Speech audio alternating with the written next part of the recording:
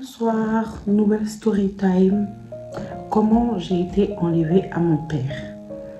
Donc, moi, je suis née en Côte d'Ivoire de père guinéen et ma mère ivoirienne. Donc, mon père, il a quitté la Guinée pour aller s'installer en Côte d'Ivoire. Donc, c'est un commerçant. Il est parti en Côte d'Ivoire, en gros, pour faire du commerce, quoi. Donc, on les appelle plutôt les Djoula, c'est-à-dire tous les Maliens, Sénégalais, bon, Sénégalais, je sais pas trop, mais Maliens, Burkinabé, tous les pays musulmans qui sont à côté, qui sont partis en Côte d'Ivoire pour faire du commerce, qui parlent la langue bambara, tout ça et tout. En gros, on les appelle les Djoula. Voilà, les Djoula. Parler Djoula, c'est les Bouvara et tout, si vous voulez. Donc, je ne vais pas trop m'attarder dessus, mais c'est ce que je sais, c'est ce que je connais. Je suis Djoula, Bété. Ma mère, elle est Bété avec mon arrière-grand-mère qui est Gourou. Donc, en gros, je dis son Gourou, Bété, Djoula. Donc, voilà mes origines. Voilà, tout a commencé quand ma mère a rencontré mon père. Personne n'était d'accord, enfin, à part eux deux, qui étaient très amoureux, apparemment, je sais pas, ma mère, oui, mais la famille de ma mère, non. Pourquoi? Parce que dans le temps avant, c'était du genre, les BT et tout, enfin, les chrétiens, BT, tout ça, tout ce qui est, enfin, les Ivoiriens, pas les étrangers, mais les Ivoiriens, en gros, il n'y a pas plus de racisme. Même entre nous, on est raciste. Voilà. Donc, en gros, il y avait du racisme. Beaucoup avant, oui. Parce que, voilà, ils n'aimaient pas trop les étrangers. Surtout, un musulman, un djoula, qui vient comme ça. Non. Et donc, ma mère, elle habitait chez... elle était chez sa grande sœur, quoi. Chez ma tante, sa grande sœur. Donc, en gros... Ma mère, elle a rencontré mon père qui vivait en face. En fait, c'est des cours, comme des communes, en fait, comme ça, des maisons et tout ça. Donc, en gros, il y avait la porte d'à côté, et tout là. Donc, du coup, moi, mon père, c'était un étranger qui était venu. Lui, il était venu louer une chambre. Il était venu louer une chambre. Et donc, du coup, j'essaie de me rappeler un peu. Donc, ce qui s'est passé, c'est qu'ils se sont rencontrés. Ma mère, elle était très têtue, très bandite. Du coup, elle n'écoutait pas sa grande sœur, qui l'a mis à l'école. Elle faisait l'école de couture, tout ça et tout. Ma mère, elle a dit, j'ai pas envie, je vais aller former foyer, je vais aller faire foyer. C'est ça, elle voulait. Donc, du coup, elle est partie. Enfin, pas partie, mais genre, elle allait tout le temps en face. En gros, c'est là-bas qu'ils m'ont conçu, chez les gens. En fait, ça me fait rire, parce qu'après, je vais vous expliquer. Donc, du coup, ma mère, très amoureuse, très naïve,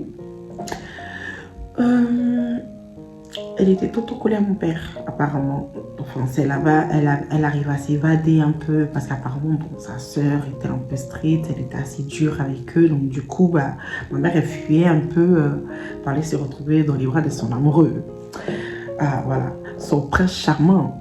Elle pensait que c'était l'homme de sa vie à ce moment-là. Donc, dans ça, petit à petit, puis,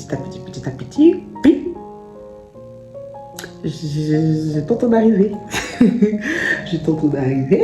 Donc, du coup, ma mère, en gros, elle est tombée enceinte. C'est là que ça va commencer. Les vrais portes vont s'ouvrir. Non, je rigole. Donc, du coup, ma tante qui la prend, elle a dit non, c'est mort. Tu avortes, meuf. Tu vas avorter. Parce qu'il faut savoir qu'en fait, ma mère, elle avait déjà un enfant. Elle a eu mon grand frère assez jeune. Donc, du coup, c'est pour ça qu'ils l'ont enlevé du village, qu'ils l'ont emmené en ville, enfin à Abidjan, chez sa grande sœur. Donc voilà, elle avait déjà mon grand frère. Elle l'a eu assez jeune quand même. Parce que 6 mois déjà, elle m'a eu, je crois, peut-être à 18 ans, 19 ans, je sais pas. Mais c'est que ça veut dire mon frère, imaginez. Donc du coup, et puis surtout que là, c'est un djoula en fait. Le fait que c'est un musulman, c'est un djoula, c'est un étranger, c'est un Guinéen, c'est mort. C'était mort pour ma tante. En fait, c'était mort. Ma famille ne voulait pas. Donc ma mère aussi, elle a dit qu'elle n'avorte pas. Elle a dit qu'elle n'avorte pas, qu'elle va garder. Donc du coup, elle s'est barrée avec le monsieur. Elle s'est barrée avec mon père. Du coup, dans ça, tic-tac, tic-tac, tic-tac, grossesse avance et tout ça et tout. Je suis prête à venir au monde.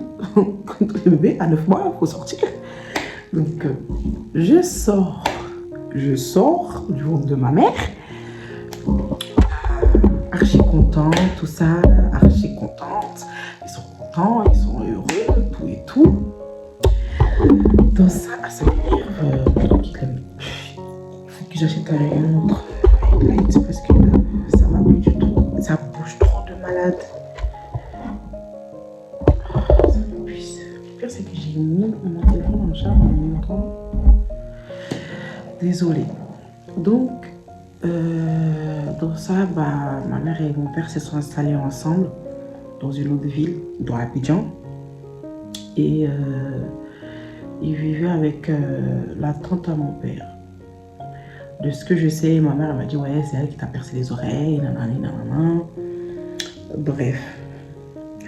Donc, dans ça, on ne sait pas ce qui s'est passé. Un beau jour, ma mère qui débarque dans une ville un peu assez lointaine, genre on va dire une province comme ça, donc on va dire ça quand même des kilomètres et des heures, enfin des heures un peu d'Abidjan, chez son autre grande sœur. Donc du coup, ma mère en gros, elle me laisse là-bas. En ce temps, j'avais, on va dire à peu près 1 an. Genre, elle me laisse à sa sœur. Elle me laisse à sa sœur et tout. Et après ça, ma mère, bon, de ce qu'elle m'a expliqué un peu, hein, parce que c'est quelqu'un, elle ne veut rien me dire. De ce qu'elle m'a expliqué un peu, il a fallu que je tire grave les verres du nez. Elle m'a dit qu'en gros, elle a fait comprendre à mon père, enfin un beau jour comme ça, hein, elle a fait comprendre à mon père qu'il fallait qu'elle parte en France. Il devait l'emmener en France et tout, tout ça et tout. Donc lui, il lui a dit d'accord, ok, tu pars, ok. Bon. Donc voilà, ma mère qui me laisse, elle me laisse à l'âge de 1 an. J'avais 1 an, elle vient en France. Du coup, moi je reste avec ma tante, ma grand-mère, plus ma grand-mère. Moi je me souviens, j'ai pas trop de souvenirs, mais moi c'est ma grand-mère en tout cas. Et ensuite, ce qui s'est passé, c'est que je suis venue en France. Mais ce que moi, je me souviens pas d'avoir vu un monsieur, quelqu'un qui était mon père qui m'a gardé en fait. Personne, j'ai jamais vu de papa, j'ai jamais dit papa en fait. J'ai jamais vu un monsieur qui est mon père. J'ai toujours vu les oncles, le papa des tantes, et tout ça. Donc, plus je grandis, je commence à me poser des questions. Je sais que j'ai pas mon père. J'ai un père, tout le monde a un père. Mais moi, le mien, il est où? Donc, du coup, je grandis avec ma mère, ça va pas. Déjà, je grandis quand je viens ici, je suis une autre tante. Je vis chez une autre tante parce que ma mère, elle n'a pas de situation en fait. Donc, du coup, elle m'a mis chez une autre tante. Donc, dans ça, je grandis un peu. On va dire, bon, ça serait une autre histoire. Bref, c'était la merde. Donc, en gros, ça se passe assez mal. Les retrouvailles avec ma mère, tout ça. Bon, je comprends pas trop qu'est-ce que je fous là en fait. J'ai rien demandé moi. Donc du coup, dans ça, on arrive à un moment, je crois que c'était quand elle m'a récupéré de chez ma tante, j'étais en CM2. On va dire, ouais, CM2.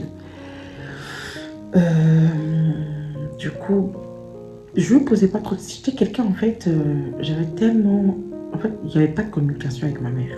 Il n'y avait pas de communication en fait. Voilà. Moi, je suis quelqu'un déjà, j'ai un fort caractère de base. Mais quand j'étais petite, en fait, je parlais pas avec ma mère parce que c'est quelqu'un avec qui je pouvais pas parler. Donc du coup, je me renfermais quand j'étais avec elle, mais je me lâchais quand j'étais avec les autres en fait. Je suis quelqu'un, j'ai un fort caractère, ok, mais j'aime la vie, je suis quelqu'un, je suis comique. Enfin, je veux dire, voilà, j'aime la joie, quoi. Je suis quelqu'un, je suis une pipelette. Je vais parler avec mes cousines, je vais raconter des histoires, je vais faire des trucs, je vais danser, plein, plein, plein. Mais avec ma mère, Caro. Donc, ben, on avance, on avance, on avance, et tout ça, ça va pas du tout même. Donc, je rêve juste de me barrer. Je rêve juste de me barrer, en fait. Ça passe pas. Surtout quand elle a rencontré mon père. C'était encore pire. Donc, dans ça, je crois que c'était en quatrième, un peu avant qu'elle me foie la porte. Donc, je faisais des crises. Clairement, je faisais des crises. Je me battais tout le temps. Je faisais tout le temps des histoires. À la maison, je faisais comme si rien. Mais en vrai, je mettais toute ma rage dehors, en fait. Je mettais toute ma rage dehors. Tu me cherches, je te dis... Bref, je mettais toute ma rage dehors. C'était vraiment... Voilà, je me retrouvais pas, en fait. C'était n'importe quoi. Mais tout ça, en fait, c'était pour quelque chose, en fait. Il y avait quelque chose, en fait. Comme si j'appelais à l'aide, en fait. Et ça, il n'y avait que mes profs et tout. Et les gens, enfin, même certaines copines avec qui je traînais avant et tout ça et tout, comprenaient un peu mon histoire et tout ça. J'avais besoin d'amour, j'avais besoin d'attention, j'avais besoin de ma mère. Moi, je me disais, ouais, peut-être c'est pas ma mère, c'est une autre tante aussi. Parce que je faisais même confiance en fait à ma propre famille. Je ne savais pas qui j'étais moi-même en fait. Je ne sais pas d'où je sors en fait. Qui est qui? Donc, j'étais complètement perdue à mon âge. En fait, je me dis, mais qu'est-ce que je fous là? J'étais bien avec ma grand-mère. J'étais bien avec ma grand-mère. Si c'est pour que je souffre ici, pour venir me faire la misère, ben, t'aurais dû me laisser au bled, en fait. Donc, dans ça, je commence à lui poser des questions, en fait. Moi, j'en parle, en fait. Mais, j'arrive pas à parler avec elle. Donc, elle a capté que bah, c'était par rapport à ça. Et un jour, comme ça, à midi, je rentrais, elle était partie, enfin, elle était venue me chercher à l'école. On rentrait, elle me dit, oui, laisse tomber, c'est un amour de jeunesse, oublie. Et en gros, elle me force à... Moi, c'est ça qui m'a... Bref, jusqu'à aujourd'hui, c'est vraiment par respect. Sinon, j'ai jamais voulu appeler mon beau-père papa. C'est elle qui m'a dit de l'appeler papa. Alors que je l'appelais tonton. Je me rappelle très bien ce jour-là, même quand elle m'a dit ça. Et ça ne vient pas de moi, en fait. Surtout que je ne le vois pas comme un papa. Non, clairement pas. Voilà. Donc, du coup, ça, c'est une autre histoire. Du coup, ce qui s'est passé, c'est que quand elle m'a dit ça, j'étais encore plus choquée, en fait. Non, c'est pas ça que je l'entends. En fait, moi, j'en ai rien à foutre. Que, en gros, c'est un amour de jeunesse ou ce qui s'est passé ou je sais pas quoi. Ça, c'est pas mon problème, en fait. Il est où, mon père? Il est quoi? Il s'appelle comment? Il ressemble à quoi? C'est en quoi? Parce que quand tu es énervé, tu me dis, tu aurais dû m'avorter. Tu me dis, en gros, tu ressembles à ton père, tu es mauvaise comme ton père et tout. Tu me sors des méchancetés, comment dire, pour me lier à mon père, mais jamais des bonnes choses. Mais pour me faire asseoir, pour me dire, voilà, ma fille, t'as grandi aujourd'hui, voilà, il faut que je te parle de ce qui s'est passé, ton papa et tout ça. Là, elle est incapable, en fait. Genre, en gros, laisse tomber, avance, je sais pas quoi, genre, en gros, d'oublier, quoi. Je suis née sans père. Mais je m'en fous, en fait. Et c'est là que je vais apprendre que quoi? Mon père, en fait, depuis le bled, mon père me cherche. Et pourquoi aujourd'hui je dis on m'enlève à mon père? Parce que quand j'explique l'histoire, c'est comme si genre ils se sont séparés.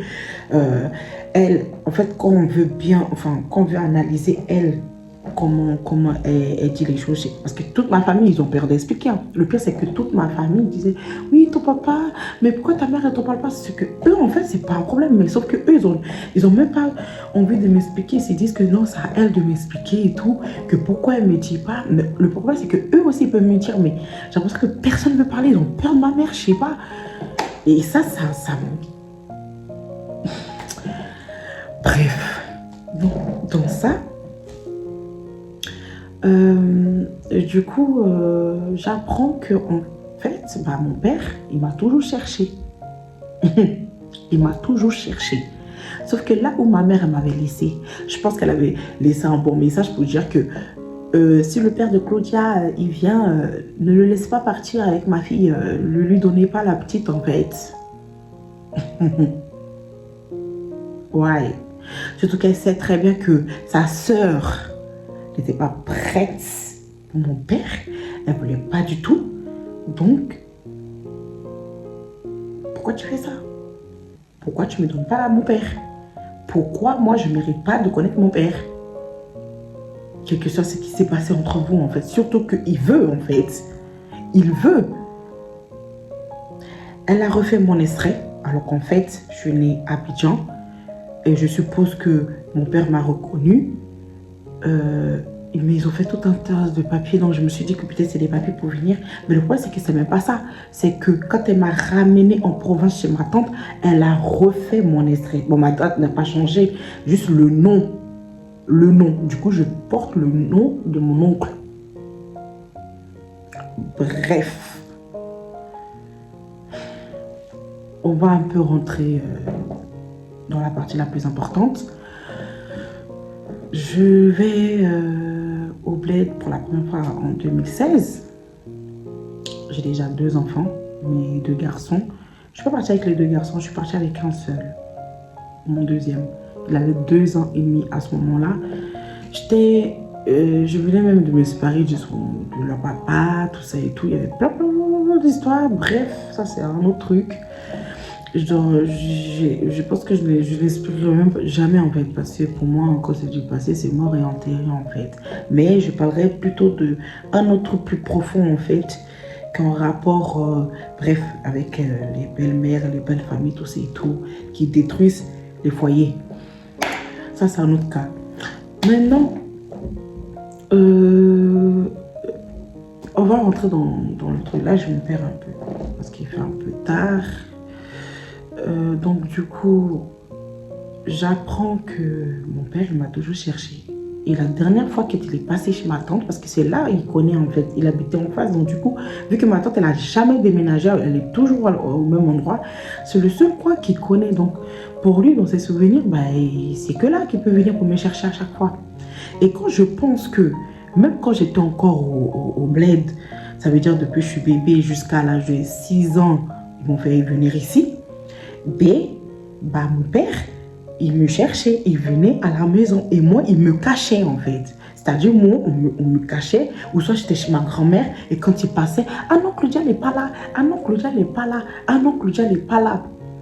Jusqu'au jour où il est passé en 2014. Moi, je suis venue pour la première fois en 2016. Quand on m'a dit ça, je dis, mais qu'est-ce qui se passe? C'est quoi votre problème après des années? Le mec, il vient, c'est quoi votre problème? Et au final, ils lui disent, tellement ils l'ont fait tourner, ils lui disent, bah, en fait, Claudia, elle est en France. Hein. Elle est en France depuis, elle est en France. Mais en fait, des fois, là, je me pose la question, je me dis, mais est-ce que ma mère, elle avait prévenu mon père? Pour lui dire, de la manière, elle a dit elle-même qu'elle allait partir en France. Ça dit, j'en suis sûre, il a dû lui dire, mais la petite, tu vas la laisser à qui? Est-ce que je pourrais aller la voir? Nanani, nanana. Forcément, il a posé ces questions parce qu'il a un bébé avec elle. Forcément, il va se dire, mais du coup, ma fille, tu vas la laisser à qui? Tu vois, genre... parce que s'il passe entre-temps, c'est parce qu'il veut savoir son enfant, il est où? En fait, j'ai l'impression qu'elle me prend tellement pour une conne. C'est abusé en fait. Elle en a rien à péter. C'est que elle, c'était une histoire d'avant. C'est-à-dire, elle pensait que ça allait être l'homme de sa vie. C'est quelqu'un tu suis, voilà. Elle pensait que voilà. Et aujourd'hui, les années sont passées. Aujourd'hui, elle a un mari, tout ça et tout. Elle a refait sa vie. La meuf, elle s'en fout de ce que bah, je ressens.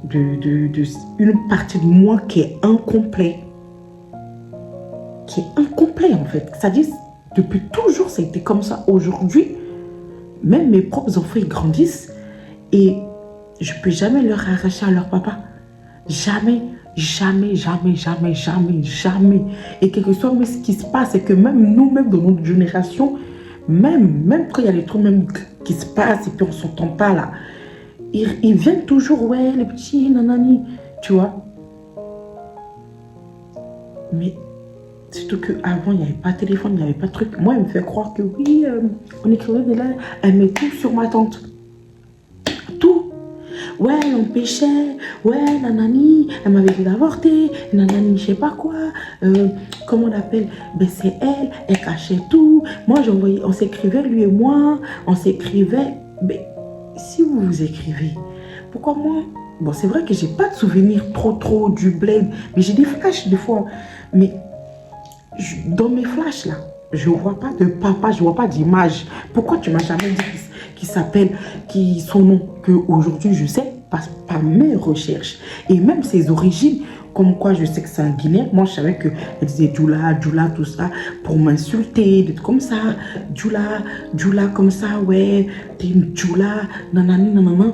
Mais tu m'as fait avec un Djoula. Tu m'insultes, tu t'insultes toi-même, ma chérie. Donc, ce que tu n'aimes pas là, c'est ce que tu es là-bas, tu es parti goûter jusqu'à faire enfant. Why? I don't understand. Faut qu'on m'explique. Il y a des gens qui sont incroyables dans cette vie. Non, mais sérieux. Je suis... Donc, bref. C'était un peu ça. Et donc, j'apprends que mon père est passé. Je dis à ma tante, parce que elle me dit, non, mais moi, ce jour-là, c'est pas moi qui ai ouvert la porte. Demande à une certaine cousine, grande cousine qui est venue ici entre-temps. Et tout ça et tout. Je dis, mais vous, en fait, vous prenez... En fait, qu'est-ce qu'il y a? Même si c'est un fou, même si c'est un voleur, c'est mon père. Attendez-moi, mais je veux le voir pour juger, pour dire que non, si je ne veux plus jamais le voir, c'est quoi votre problème avec lui? C'est quoi avec moi et lui surtout? Avec moi? Et vraiment, ça me hante. J'ai beaucoup de questions.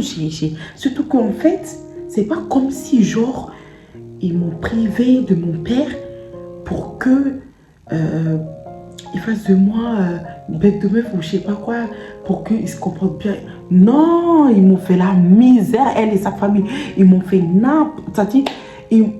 Des fois, je remercie Dieu que mentalement, je suis forte en fait.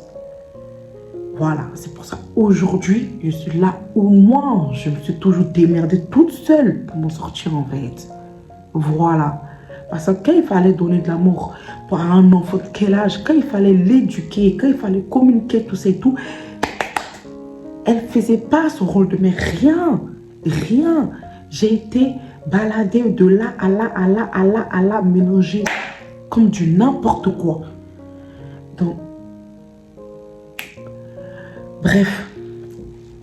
Donc au final, elle me dit oui, il est passé, mais il n'avait pas de téléphone, je sais pourquoi. Mais ça te coûte quoi de prendre un bout de papier? C'est 2014, il y a du tout déjà, avec le téléphone, tout ça. Même si lui, il n'avait pas de téléphone. Que non, et en plus, il était bizarre, je ne sais pas s'il était malade ou s'il sortait de... Genre, elle parle en mode, je ne sais pas s'il sortait de prison, s'il était... En mode, de toute façon, il était bizarre. Pardon? Non. J'ai une famille de malades. Donc... en fait, il n'y a rien. Ils s'en foutent. En fait. Ils s'en foutent de ce que tu ressens, de la partie, c'est-à-dire ton âme, dans mon âme. Dans mon âme. Ils ne savent même pas ce que je ressens, en fait, depuis toute petite. Ils ne savent même pas. Ils ne savent même pas que c'est ça, des fois, qui m'empêche d'avancer dans ma propre vie, en fait. Ils ne savent même pas. C'est comme si j'ai pas une... J'ai qu'une partie de moi. Je ne suis pas au complet. Mais au moins, laissez-moi savoir la vérité. Laissez-moi savoir vraiment. Mais quand je sais que le gars, c'est pas comme s'il m'a régné. Il m'a toujours cherché. Il a toujours cherché. Toujours, jusqu'au jour. C'est normal qu'il arrête de venir parce que vous lui dites que non, je suis en France au final. Vous l'avez fait balader jusqu'à ce que vous lui dites je suis en France. Donc du coup, le monsieur, il n'est jamais repassé. Ça veut dire que même quand j'allais au bled, à chaque fois, pensant que peut-être je vais tomber sur lui, là où il habitait, vu qu'il est toujours ami avec eux, Mais je pose des questions à la mémé chez qui il louait les chambres et tout. Elle n'en sait rien. Elle avait divorcé à son mari à ce temps-là. Là, elle est revenue parce que son mari il était décédé. Il y a plein de gens. Et j'ai une autre tante qui est ici, qui est du là. Bah, elle m'expliquait un peu. Elle me disait, mais c'est bizarre. Pourquoi ta mère fait ça? Je comprends pas. Pourquoi elle veut pas que tu saches tout ça, nanani. Ma cousine m'a dit que le prénom de mon père et son nom de famille, je l'ai appris par quelqu'un d'autre. Mais j'ai pas de photo. J'ai rien de mon père. J'ai rien de mon père. Et quand j'ai l'impression qu'ils m'ont tout pris, depuis que je suis petite en fait, ils m'ont tout pris. Tout.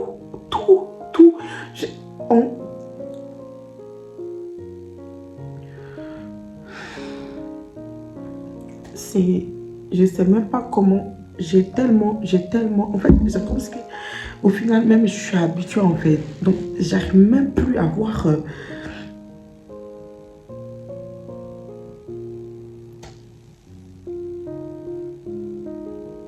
Ils m'ont tellement détruite en fait.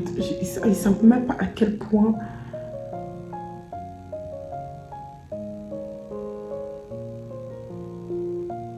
Ils savent même pas à quel point en fait j'ai souffert de ça pendant longtemps. Ils savent même pas à quel point j'ai souffert de ça pendant longtemps. Ils savent même pas en fait. Ils savent pas. Je sais même pas si mon père y vit.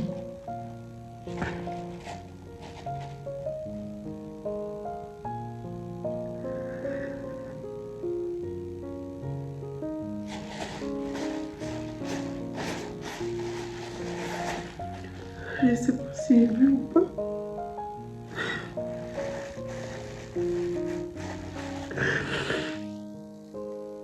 J'ai déjà perdu ma grand-mère. C'était la seule que je pense que... C'est la seule, je pense. Mais moi, sincèrement...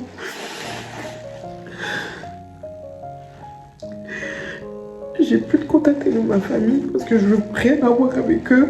Pour moi, c'est comme si ils font ça, c'est que je suis pas leur enfant en fait.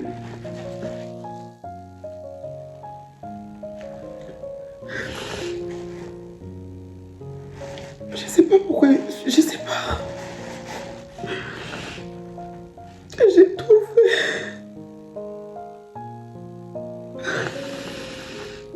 J'ai tout fait. J'ai tout fait pour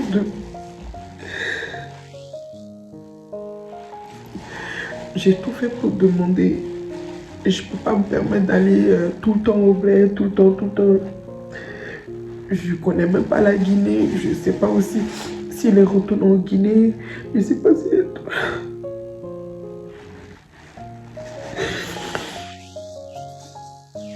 Je sais pas s'il est toujours en Côte d'Ivoire. Je sais pas. J'ai essayé de contacter des chaînes, mais j'ai pas encore... En fait, je suis pas encore... Je me dis c'est mieux que quand j'irai sur place, j'essaierai de passer par les chaînes cette fois-ci parce que là, je sais plus. La mémé m'avait un peu expliqué. Elle m'avait expliqué un peu la mémé chez qui il vivait. Elle m'avait un peu expliqué... comme quoi ma tante, elle n'était pas du tout d'accord pour cette grossesse. Il y a eu des histoires, ça a vraiment créé des histoires entre eux. Et ma mère, elle était partie avec mon père. C'est tout ce que la plupart des gens savent que elle était partie. Parce que même ma tante, elle me disait aussi que ta mère, elle est partie. Je ne sais pas qu'est-ce qui s'est passé là-bas. Un beau jour, elle est revenue avec toi. Après, on a fait ses papiers pour qu'elle parte en France. Mais on ne sait pas, elle nous a jamais dit qu'est-ce qui s'est passé réellement, mais elle n'allait pas bien.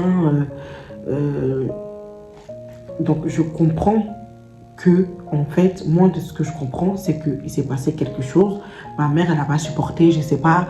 Peut-être que on devait lui donner une autre femme. Elle a su que ils ne pouvaient pas rester ensemble. Je ne sais pas. Mais en gros, elle, son but, c'était de lui faire mal en lui privant, ou bien soit ils se sont dit que ben, si mon père il me prenait, ben, il n'allait pas me rendre, ou bien il allait je sais pas en fait.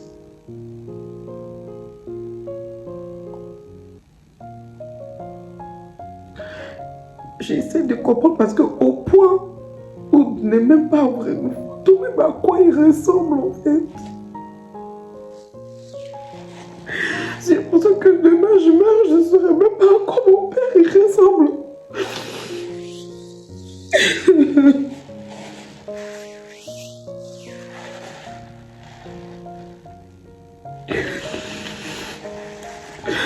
Et ça, j'ai toujours dit, je ne vais jamais leur pardonner. Jamais, je ne vais jamais leur pardonner. Si elle, elle arrive à vivre parce qu'aujourd'hui elle est heureuse, parce qu'elle est mariée et tout, c'est tout ce qu'elle voulait en fait. À forcer le mariage, tout ça, elle pense qu'à elle. Et elle s'est dit, ça sert à quoi d'expliquer, mais ça sert à quoi, comment on peut penser cela en fait, un instant. T'es pas à ma place. Tu sais pas ce que je ressens. Tu sais pas. Parce que encore tu m'en parles et que le monsieur il veut pas de moi. Qui m'a régné depuis bébé, on peut dire ok, mon père il voulait pas de moi. Oui, ton père il... Et le pire, voilà. Je me rappelle d'un truc. Quand j'étais petite aussi, j'étais avec ma cousine, on était parti chez sa mère, parce que ma mère, elle vivait là-bas chez sa petite soeur. On était là-bas, et je me rappelle, je pleurais souvent. J'étais tellement mal quand j'étais petite. Je me disais, pourquoi je n'ai pas demandé à venir au monde? Je ne mérite pas ça, je ne peux pas. Pourquoi cette vie? Pourquoi cette famille de merde, en fait? Et donc, j'étais souvent triste. Et ma cousine, elle a dit... parce que j'appelais son père papa, tout ça. Elle disait, oui, mais pourquoi elle appelle mon papa, tout ça et tout. Et Claudia, elle pleure et tout, parce qu'elle avait dit, oui, c'est pas ton père, nanani. Et j'avais pleuré. Et du coup, ma cousine est partie demander à sa mère. Elle a dit, mais il est où le père à Claudia? Et ma tante, elle a dit à ma cousine, elle a dit à sa fille, oh, et tout, laisse et tout, son père veut pas d'elle. Ah bon? C'est ce qu'il t'a dit. C'est pour ça que quand tu me cherches, vous me le donnez. C'est-à-dire, c'est pour ça que quand tu me cherches, bah, personne me donne les contacts, personne. C'est pour ça que c'est normal qu'on fasse ça en fait. C'est normal qu'on fasse ça en fait. Parce que toi, tu as un mari, toi, tu as tes enfants, tu avec le père de tes enfants, tout ça et tout. Tu es bien. Bon, ma mère, elle n'a pas pu avoir cette chance-là et tout. Et toi, tu trouves ça normal de dire à ta fille de je ne sais pas quel âge, qui n'a même pas peut-être 10 ans, enfin, je ne sais même plus quel âge on avait, que oh, son père, il ne veut pas d'elle. Et ma cousine qui vient me répéter ça, je vous imaginez même pas à ce moment-là comment j'ai pleuré. Et ma mère, qui a su que je pleurais, elle montait et m'a tabassé ce jour-là. Elle m'a tapé, me crié dessus.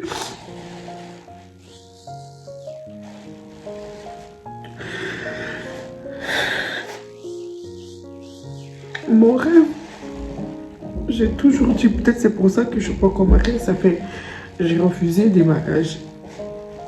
J'ai refusé des mariages parce que j'ai toujours dit en fait, je veux retrouver mon père.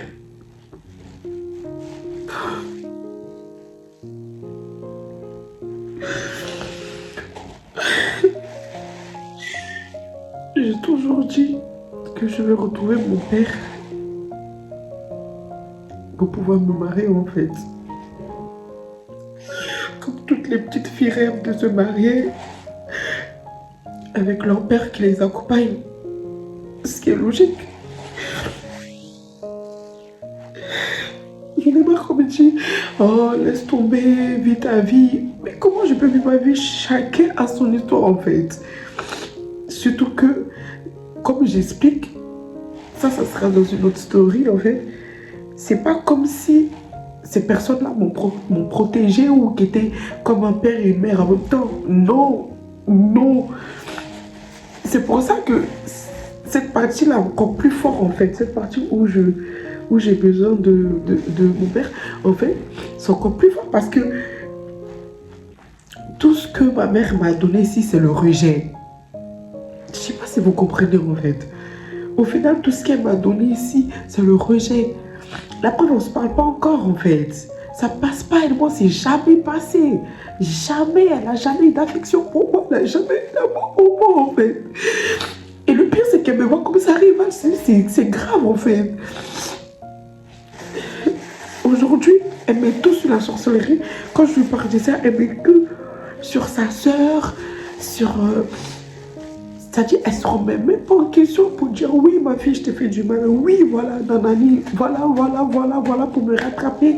Voilà, on va essayer de trouver ton père. Voilà, je me rappelle que voilà, peut-être j'ai quelques photos qui sont restées au bled. Je peux essayer de les retrouver. Ou il y a un ami à lui, on va essayer de voir. Non. Et avec ça, tu veux que moi je rigole avec toi?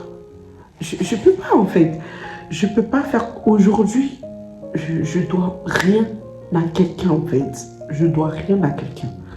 Donc je peux pas faire aujourd'hui comme si tout va bien alors que depuis petite vous m'avez rabaissé, humilié.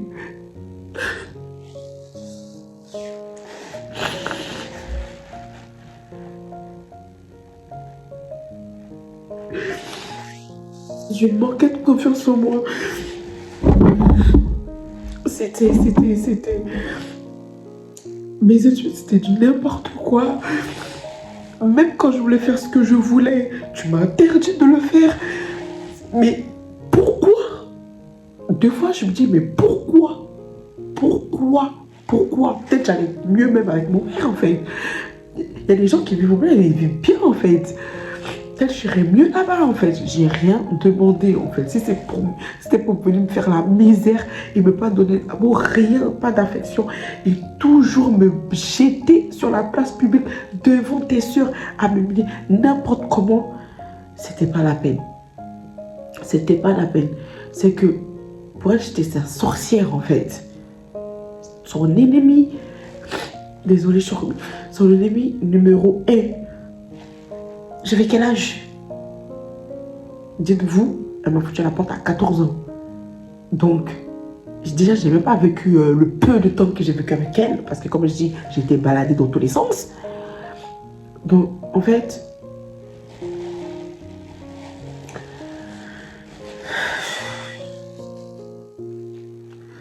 Et donc, au jour d'aujourd'hui, ben, j'ai pas mon père.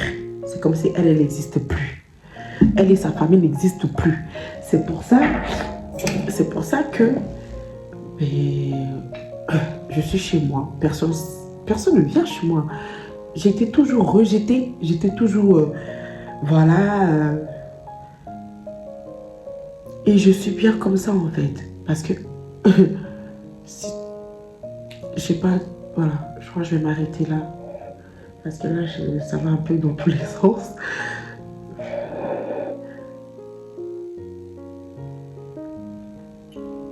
Ça va un peu dans tous les sens.